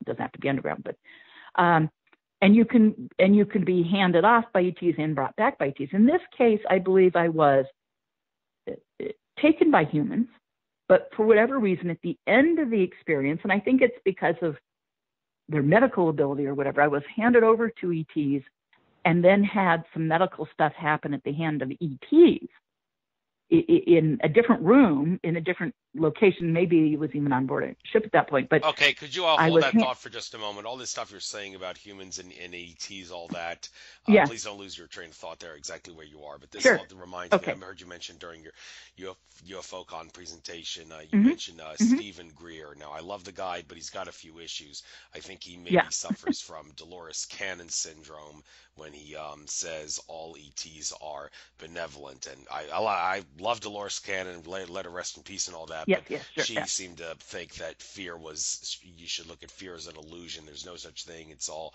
fraud. There's only infinite love. Well, many would assert that's a stupid and silly way of looking at it in this reality that we're in, because fear is definitely not an illusion. There are malevolent ETs, and maybe Stephen Greer, the reason he says that is because he's trying to follow a Dolores Cannon-esque philosophy, and not only that, he's also got his own theory about what abductions actually are. I think he's basically trying to say there's no ETs involved. It's all military based, and if there's ETs involved, it's the humans faking an ET abduction. Where in the hell is he coming from in that regard? Do you think maybe you can clear up for all the people that don't understand what he's talking about?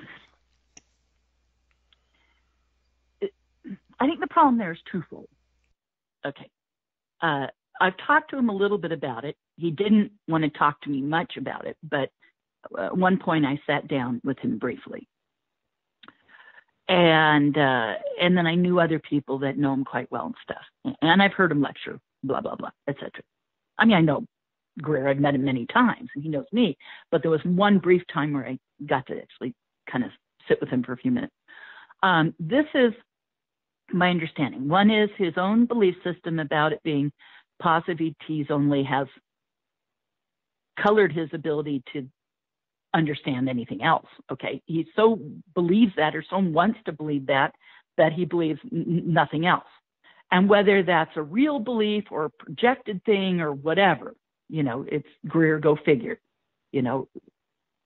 But so whatever, he's sticking to it. It's his message. Okay, whether there's actual experiences behind that message or not is different. And there probably is. He could have contact events. I won't rule that out. But as you've said, we know he's a large ego on stilts and his own worst enemy. I don't mind saying that publicly. I think I'm not saying anything that a lot of people don't think. But he has said this. First off, I think his belief system is colorizing his perception. So he's seeing everything through kind of, for what, just to quote an old cliche, rose-colored glasses. Okay. Secondly, he claims that he has met insiders, whistleblowers,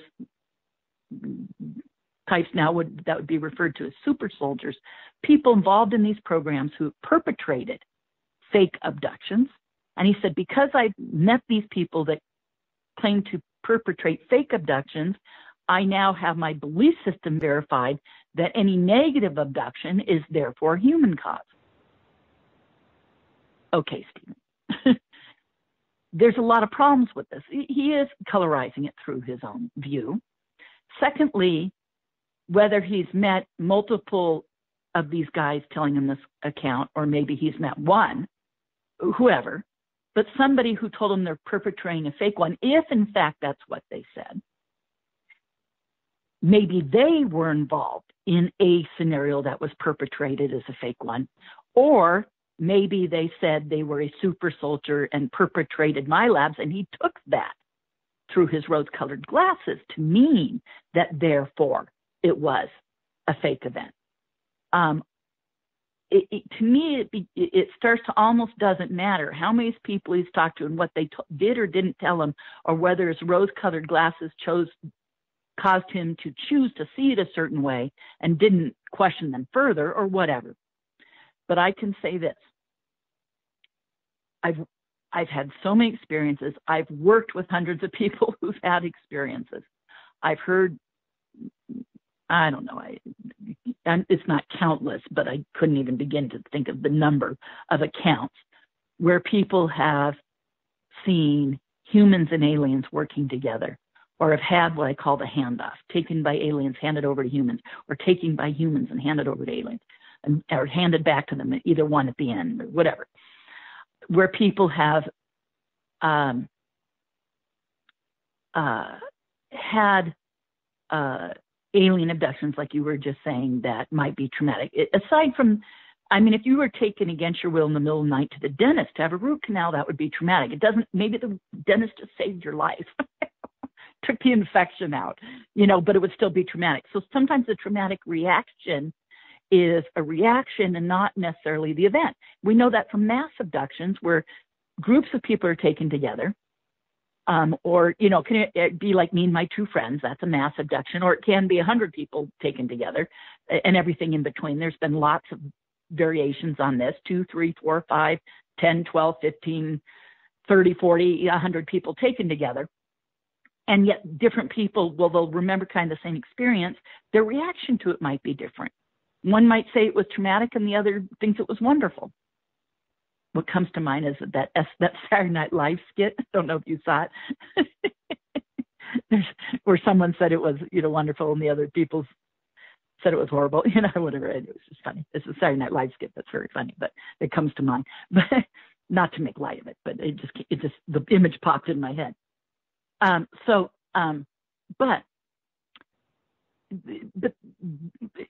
your perception can colorize your view of how you remember your experience. And a lot of times it's in regression that you get down to the nitty-gritty of what really happened. Even positive experiences can be traumatic because it happens against your will, or the high strangeness, or having to live by yourself with it, and fear of ridicule, and all those things we talked about earlier. That's very traumatic, regardless if the experience was, quote, good or, quote, bad.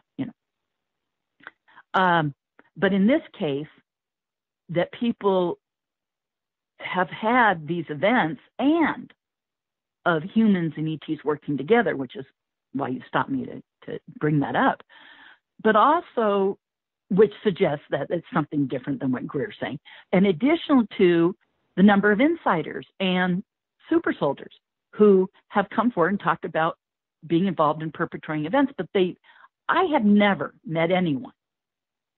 And I put it out there, and I put it out there when I lecture, and I put it out there because I get asked the same question like you're asking me a lot in interviews.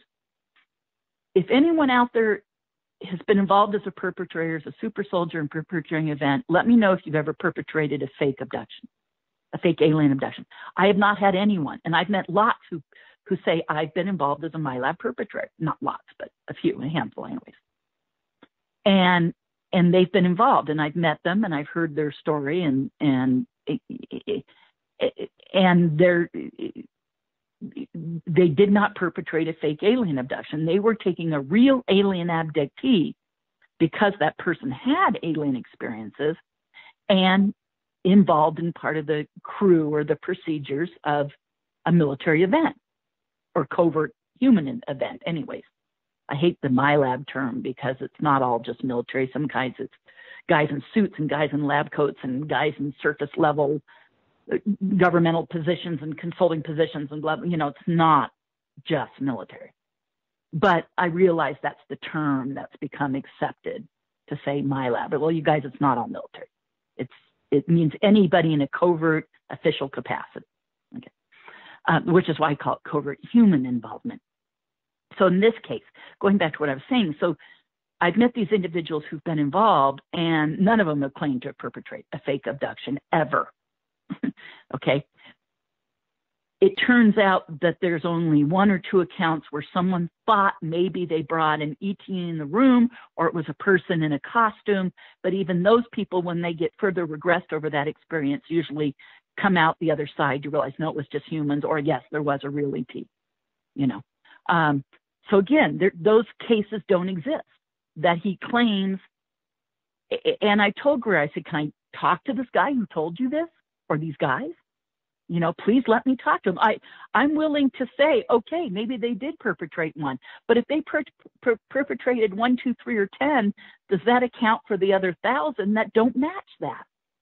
You know, so anyways, that's where I stand with that. And but I think his perception chose, if he in fact heard that from someone, he's choosing to see it a certain way, or maybe that person shared one event. And I've asked, and again, I'm only aware of even 2 events where they thought maybe it was not a real ET in the room. But how would you know that, you know, kind of thing? I mean, maybe it was. Maybe those were 2 fake events. But that if they brought an ET in the room or someone in a costume, it was to instill a certain thought in the abductee at the moment. It wasn't to, or maybe for that abductee to be so confused. You know, because when an abductee gets confused and starts blurring how they tell their story, they end up getting discredited. And so it could be real purposeful for just confusing the abductee. And I can't say that that hasn't happened. It probably has. You know, and I could hear from people here this show who go, I think that happened to me. And I'd be very interested. I mean, I'm getting back to writing my book and doing the research, and I need to address this in there. And if I feel there's a real legitimate case, I'll mention that, because I want to, you know, be balanced and fair to say there are some cases where maybe this has happened. Right now, I haven't really got it, so it hasn't existed in my research, but I'm willing to correct that. And so far, all the insiders and, you know, not only people having the experience, the abductees, but also a few people who've been involved in perpetrating MILABs, none of them have claimed that they've perpetrated a fake ET experience. But if Greer's really got this, he's got to let me talk to these guys so I can correct. And, you know, I'd be more than quick to add that in as a possibility. But right now, I just don't have the evidence for it. Okay, and that was a big tangent. That's all right. That's all right. Well, you're allowed to go off on tangents as long as people have something to connect the dots with. And as far as why the ETs are here, the general consensus, especially among those in the ET contactee community, the metaphysics community, is humans are genetic royalty. We have the DNA and the genes of numerous races out there. It's not just the Anunnaki and Homo erectus, as Zachariah Sitchin fans would say. That's just the tip of the iceberg. That just happened. Yeah. That was just a manipulation that happened 300,000 years ago. It's a lot more than that, and it goes back much earlier than that, when Earth was the jewel of the universe and all sorts of races came here. And those races were not entirely destroyed when, like, the floods happened and all that, and then the Anunnaki came and genetically spliced us. But it's been said that some ET races in particular, they need to keep their race going. Like the Zeta Greys, some species of Zeta Greys have, like, their race can no longer reproduce, so they need to get humans involved to, like, to implant human females with their own kind, the Grey's own kind, and give birth to them. Alex Collier was talking all about that in his presentations in the mid-'90s, and now it's becoming a lot more prominent. And a lot of things he said in those talks, which nobody gave him credit for, are now being validated. But that's just the tip of the iceberg in regards to one case of humans being genetic royalty and why the ET see that as significant to keep their own kind going. There's other races that can look at the genetic royalty factor and utilize it, harness it in other ways that don't have to do with procreating their own race. Can you elaborate on this in any way? Well, yeah. Going back to kind of like, you know, old school abduction research, but yes, I mean, and the work of my predecessors, which I'm more than quick to give credit, and they were all friends of mine. Everything from Dave Jacobs, who's still with us, to the late Bud Hopkins and the late John Mack and the late Carla Turner, and I work with Yvonne and Barbara Lamb and the late Dr. Deborah Troncalli and John Carpenter and Leo Sprinkle and everybody. I mean, I just thank you to everybody who's done the work in this field, who's laid the groundwork to make it possible for someone like me to even begin to understand what's happening to them. But having it said that, when I said old school abduction research, and it's actually still the case, many things happen in alien abductions, sure, but still there's a predominance of the taking of eggs or ovum from men. Eggs or ovum from women. Sorry, said that wrong. Eggs, ovum from women, sperm from men, and creating these hybrids. And the production of the hybrids still seems to be a big part of it and the driving reason. Yes, other things happen, but even though other things happen, this still happens. And it's the most common thing that happens in abductions, even amongst other events. Usually if someone remembers a whole experience, there's going to be the taking of ovum or sperm also in that experience beyond whatever else they might be doing. And people have been shown hybrid children repeatedly. I know one case that feels she's had like 22 child presentations. Jesse Long, a very famous abductee, he's had like 12. I believe that's what his number is, 12 presentations, but I met someone else that's had like 20 some odd presentations. So when I thought Jesse was the biggest number I'd heard as far as presentations, I've had it happen 3 times to my knowledge. There could be others I'm not quite remembering, but the ones that I'm fairly certain of were 3. And then then a 4th time when I was shown one of those children 20 years later as an adult. So I saw them, or 25 years later. So I saw them as a child 25 years ago, and then 25 years later had an experience and knew that it was them again now as an adult. But all that now is common, very common in abduction research.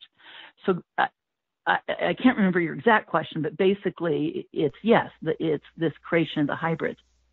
Yeah, we still don't really know why that is. ETs aren't interested in us because we're genetic royalty, and different reasons. Different ETs have different. And I go with that. I mean, we don't know for sure, but I know you were saying a lot of big statements that I know that are based upon a lot of various people's research and the whole ancient alien concept and everything. So I would go with yes. Everything you said is highly probable. Okay. And I think the general consensus now in ufology would agree with you. It is highly probable that they created us, they at the very least have influenced us, and have continued repeatedly to do that through history. We're possibly the offspring of one, if not, like you said, many alien races. And it could be our genetics are strong. The hybrids, we don't know if the hybrids, that they need our genes because there's something lacking. But it used to be thought that this was predominantly one race doing this. And now we know it's many races doing the hybridization.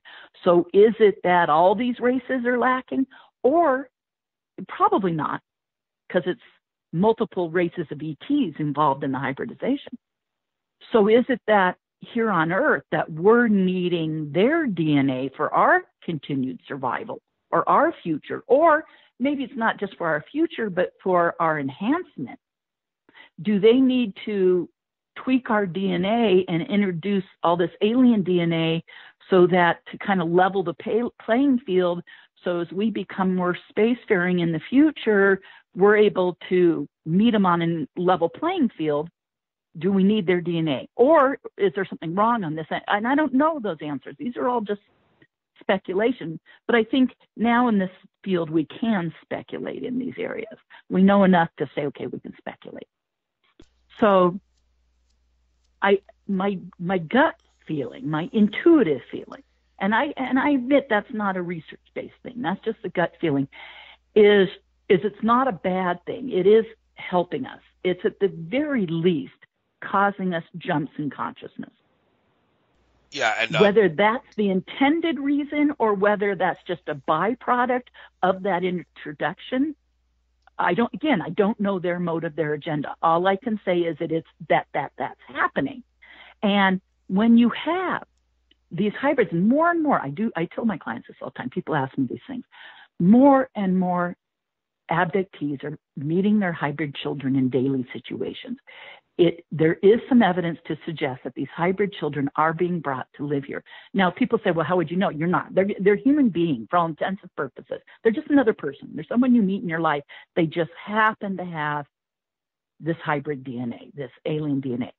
And we don't have any way to test for that because all you can come up with is junk DNA. We don't know how to look for alien DNA. So all you can say is we have junk DNA. Well, we do have junk DNA. Everybody does.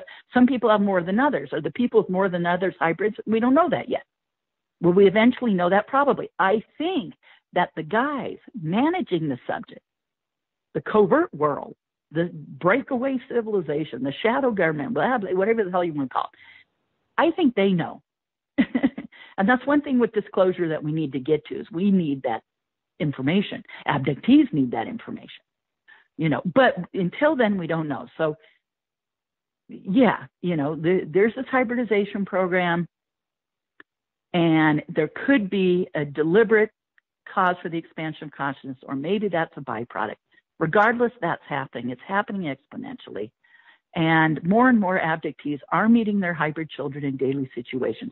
When you have these beings, if they are more advanced in a sense that they are stronger, faster, I feel like talking about the old beginning of the Bionic Man, Bionic Woman, shows. We'll make you stronger. We'll make you faster. Are they stronger? Are they faster? Are they mentally more? Are they more intelligent? Do they have higher IQs? Do they advance psi abilities? Are they able to do the psychokinesis, telepathy, precognitive stuff, whatever, all the above, or yeah, any I want to talk to you about portion that of their. I want to talk to you about that.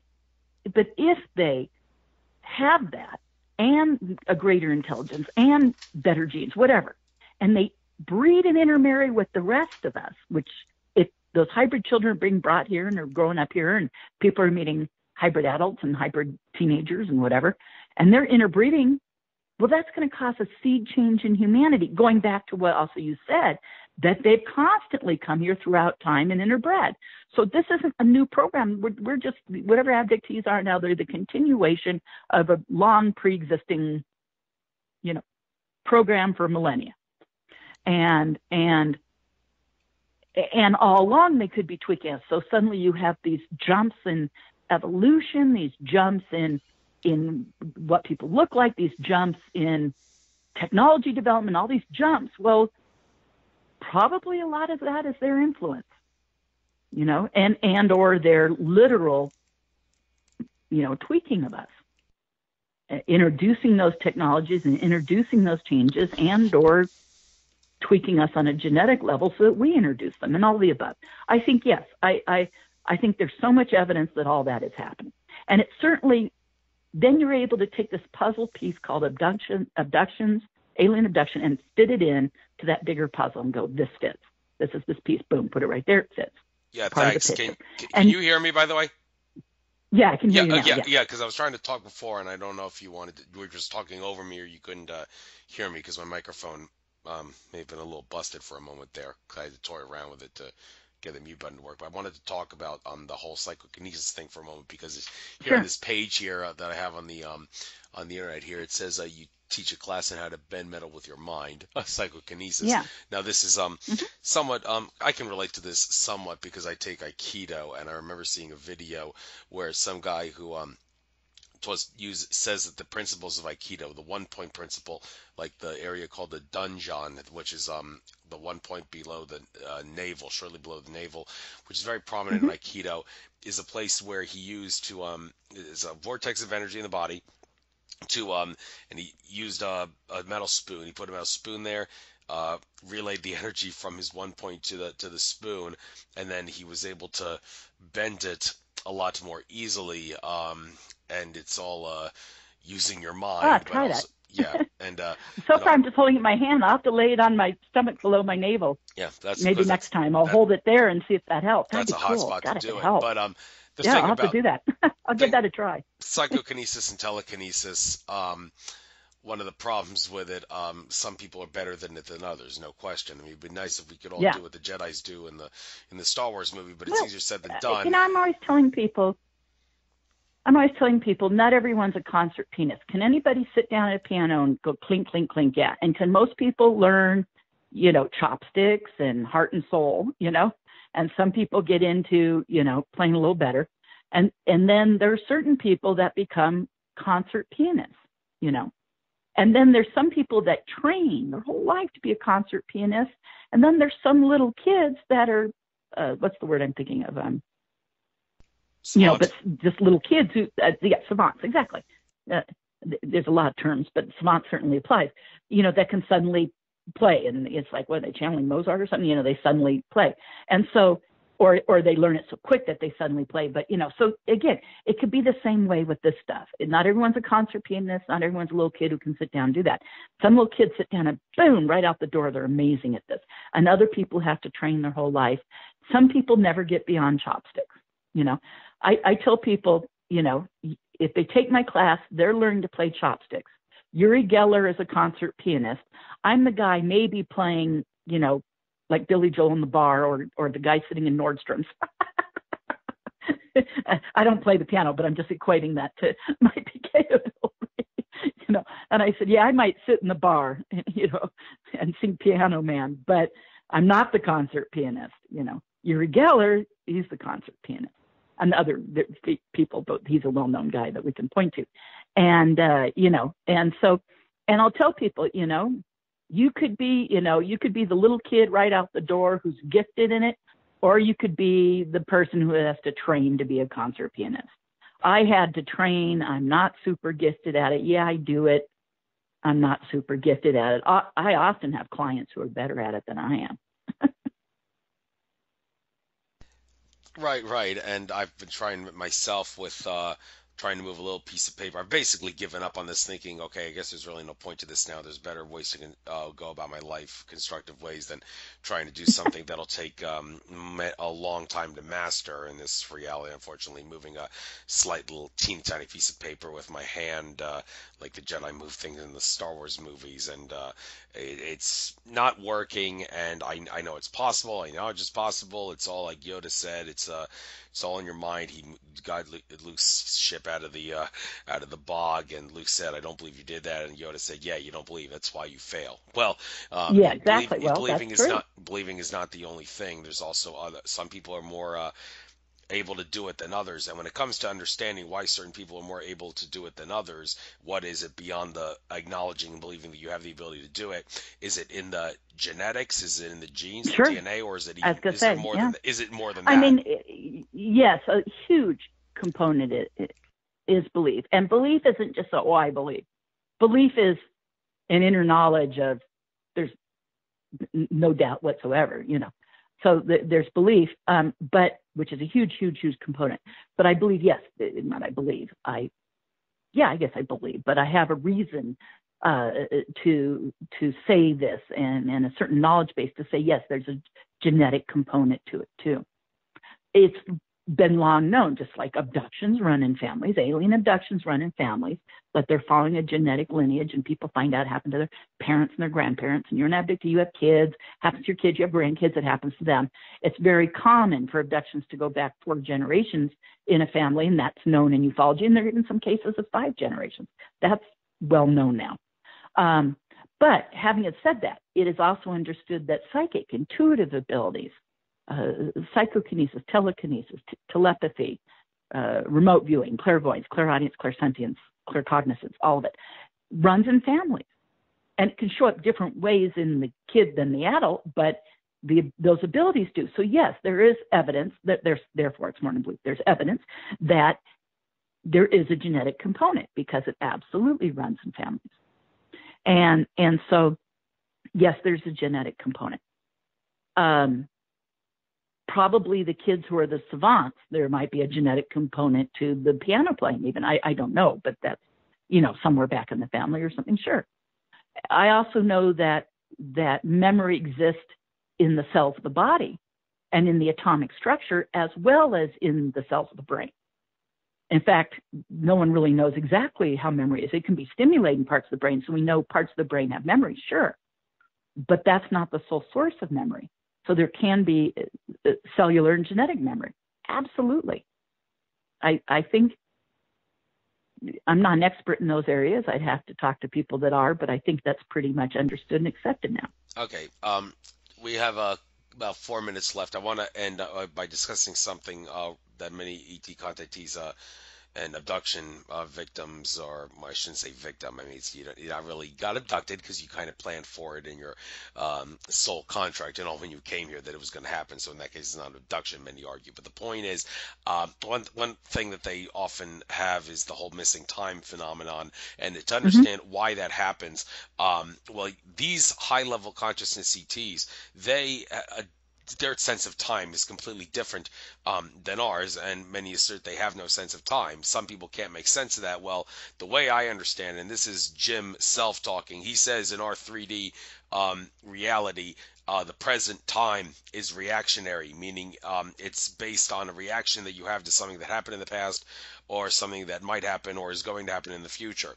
These high-level consciousness ETs, they have no sense of reaction to anything in the past or the future, so that in that sense they're able to live in the moment entirely. There's no reaction, so time to them is a complete and total illusion, so they perceive time differently. Now, to understand why people who are abducted experience missing time, is it, one has to ask, is it because the ETs did something to them that caused that missing time to happen? Or is it possible that maybe when that person was abducted, their consciousness was some way interwoven with the consciousness of the ETs that caused the missing time to happen, and the ETs who abducted them really didn't have anything to do with how long the missing time was going to be? It just happened because that's what happens when two different consciousnesses intertwined with each other. I'm trying to explain this in a simple way, but it's kind of hard to do. But well, what do you think? I have a twofold answer to that. One is, maybe I have a threefold answer. One is, sure, that makes sense.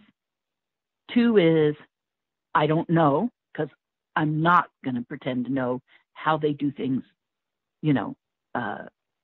I know what I've experienced, and I know what other people have experienced, but do we remember all of our experience? First off, are we interpreting our experience correctly? Secondly, and third, do we know why or how they're doing it? No, so all I can say is I really don't know. And yes, you may be right. And then the other is, a lot of their time manipulation stuff may be technology. Yes, the consciousness thing, I'll go there. But I think I'm always cautious to not place the abductees and to say that they're more advanced, meaning they're somehow better because of their, whether it's consciousness or spirituality or anything, because truth is we don't know that. We can say that if they've been around longer, their technology is more advanced. If they have existed hundreds, if not thousands, and there's different races, and it could be different for every one. But let's just give a generic race of ETs and say, 4 foot tall grays, or whatever. Have they, just one example, have they been around hundreds, if not thousands or millions of years longer? And therefore, where would our technology be even on Earth 1,000 years, 10,000, 100,000, or a million years from now? If we kept even going along the same line, let alone various other factors that could change that, like starting over, wipe out, and whatever. But let's say continue along the same line, where would our technology be? We can't even imagine that. I could maybe imagine where it could be 100 years, 200 years from now, maybe, but beyond that, and even then I'd be really speculating, but we're kind of on a path that if it continued the same, but you go back 100 or 200 or 300 years ago, that person could not imagine what we're doing now. 100 years ago, maybe beyond that, it'd be real tough, to imagine and to understand things like how our TVs work and our cell phones and our computers and whatever. So you go into that and you go, well, where is it going to be, for us? And so something might just be more technologically advanced. Now, one would hope that a certain wisdom or consciousness comes with that continuation, that if we continued down the same path and we didn't wipe ourselves out and we keep going on Earth, and it's 1,000 years from now, hopefully, even without any outside input, which you and I have already discussed, we're obviously, it appears we're getting. But aside from that, even if we were just developing on our own, would our consciousness develop too to keep up with those new technologies and those advancements? And we didn't, and the fact that we didn't kill ourselves or destroy the planet shows that there's some kind of shift in consciousness where maybe that stuff doesn't happen anymore, or to a lesser degree, or it's only carried out through simulation or something, because the fact that keeps going on. And one would hope. So I think that they could be technologically more advanced, and maybe if they're a lot older, there's been a shift in their intelligence and a shift in their, quote, consciousness or spiritual understanding or something. And that could be something, again, to play that level playing field with them. And they know we're coming out into space, that they've got to make sure we're ready. And so we could, so part of disclosure, I think the guys managing the subject know a lot of these things, or at least are further down the road figuring it out than the rest of us who haven't had access to the information. That some of the guys managing this who have access to the information have figured out some of this, or at least have a better sense of where it's going than we do. And that could be partially why the plan for disclosure is they've got to leak out insiders with certain information so that by the time they disclose, we know how to handle what they're going to disclose. Because even if they disclose the truth, a lot of people aren't going to believe what they disclose. Thank you for pointing that out. Well, first off, they probably will spin it. They'll spin it regardless. But also, what if they're telling us the truth? We may not believe it because it may be too incredible. Exactly. So that could be part of it too. So, and I'm not saying, they're all high and mighty and we got to trust them. God knows, no. I'll go back to saying I want disclosure. I hope to God it happens in yours and my life. But what does that mean? And God, that's a whole nother thing. This will be another interview. But besides doing my MiLAB work and a book about it and helping people, I'm going to move forward with that. Obviously, I'm there and fully on board. But the other thing I keep thinking I need to get into is abductee rights. Because when disclosure happens, being an abductee, depending on how it's spun, could be a real problem. And abductee rights and considerations, and ET rights too, but let's start with the abductees, is a huge issue to me, because disclosure could happen in a lot of ways and it may leave abductees in the dust. I don't think they'll include that right off the bat. So if they say this has happened but not this, everyone will say, well, see, this is real and that isn't. And it could fare really bad on abductees. And so that's a huge issue for me. I hope not, but I think it needs to be discussed in abduction research. It certainly needs to be discussed in ufology. It needs to be absolutely addressed by the whole disclosure movement.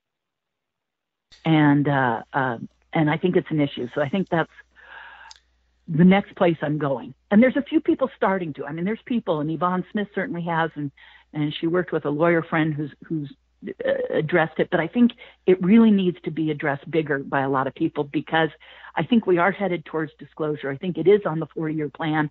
And as it happens, it may not include, abductees. So I think that has to be addressed.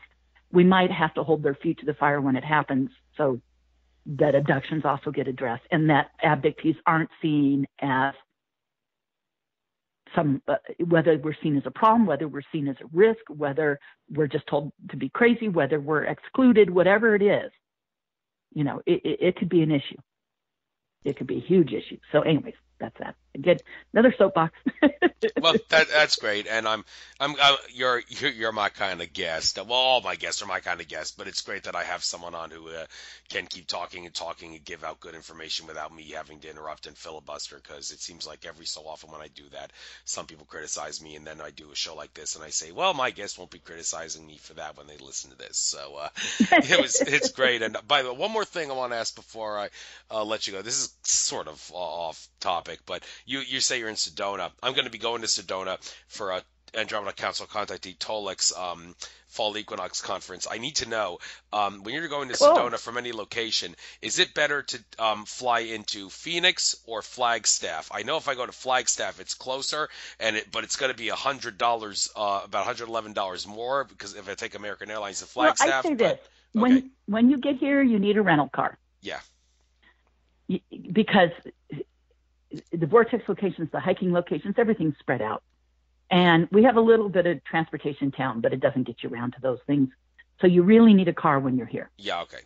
A lot of people are surprised when they come into town without a car and realize it doesn't work. You got to have a car. Okay. And because of that, I would say save the money on the airfare, fly into Phoenix, and spend the money on a rental car. Okay. And it's an easy drive from Phoenix up, and it's beautiful. It's a beautiful drive, and it's easy. So I would say, do that and get the rental car. You need it anyways. Save the money on the flight. All right. Well, the thing is with American Airlines, I have a rewards program, and I get a lot of miles for that. With if I go to Phoenix, I use Delta, and I don't get all the miles for that. So that's another. And also, American Airlines allows me to that's a get back good home factor earlier. To factor that in. Yeah, I have to factor that too. And it's a nice drive, and that way you'll have the rental car. I mean, you can get a rental car in Flagstaff too, but I'm like, since you got to get the rental car anyways, why not save the money on the flight? Plus, if you can get points and it benefits your flyer miles by flying into Phoenix, and by all means. No, if I was flying to Flagstaff, that's what I'm saying. Flying Flagstaff. Then fly into Flagstaff. If you get the miles, and you can use your miles for the flight, or it's worth it to get the miles by spending the money. But regardless, make sure you get the rental car lined up too. Okay. Thank you. All right. Pleasure having me. Well, you can get a rental car here in town too. We do have an enterprise rental car here in town. That's really great. So if you need to, you can rent one here. That's possible too. All right. Well, thanks. But plan, hey, with those things, I'm one of those people when I travel, plan it ahead of time, takes the headache out of it. You'll enjoy the trip more.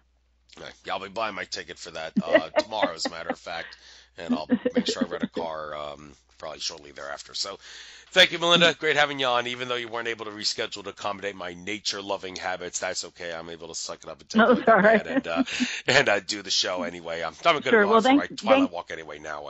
Thank you, Andrew, for having me and for letting me, vent a couple times there. I'm glad you did. I think a lot of people will be feeling like I did. And, and I can be on again to go more into the MiLAB stuff at some point. I mean, as the other experience that had happened as I got shown technology without going into any depth about it, but I had others. I mean, I've had many, and I've worked with people that have had many, and it's a huge subject. That's why I realized I need to do the book. It's too big. It's not like, I'm trying to write a book. It's not about me writing a book. I don't care if I make money. It's about the fact that it's such a big subject, so complicated, and so many people having it happen. I feel a responsibility to the field to bring all this research I'm sitting on and say, look, I need everyone to understand these things, A, and B, to help the people who've had the experiences. Right. So I've got to write the book. It's not about me. It's about that information needs to be out there, that research and evidence, and those people with those experiences need to have that information and that backup, knowing that they're not alone, they're not crazy, and there are other people. Yeah, and I do absolutely. I do agree that a book is a better medium than a radio show. It's the best medium out there, as a matter of fact. I do. Because I'm always trying to start over. Every tour, when people ask, and I only bring up my stuff if people ask me, by the way. So if you ever come on my tour, anyone listening does, I don't get into it unless I'm asked. But if I'm asked, and then depending on the crowd and where their beliefs are at, I'm cautious about. But like last night, I had a bunch of people who knew about the subject. They'd all looked me up online, and they asked me, so it gave me the freedom to get into it. But again, only if I'm asked. But you're right. Every time I'm starting from scratch, and in a 15-minute talk, a half-hour talk, an hour and a half, 2 hours, or even a 3-hour show, I can only get so far. you know, and there's just so much more. And I never get to the advanced stuff. Well, we covered a lot today. Okay. No question. Yes, we did. All right. Which I appreciate very much. Glad having you on. So, without further ado, I guess I'll bid you good day. Thank you for the advice on coming into Arizona. I guess I'll go to my Flagstaff. website real quick is www.ufosightingtours.com. And I have lots of videos and information that people can read and watch and, you know, get up on my stuff on the internet and on YouTube, etc. Yeah, hope to see you at a few conferences someday. I'm sure I will because I'm in All right. So yeah, absolutely. All right. Well, if you're at one, make sure you walk up and shake my hand and remind me who you are, because conferences are like overwhelming. It's like, where do I know you? Right. I know what it's like. Okay. All right. Yeah. Take care now and enjoy the rest of your trek through infinite consciousness.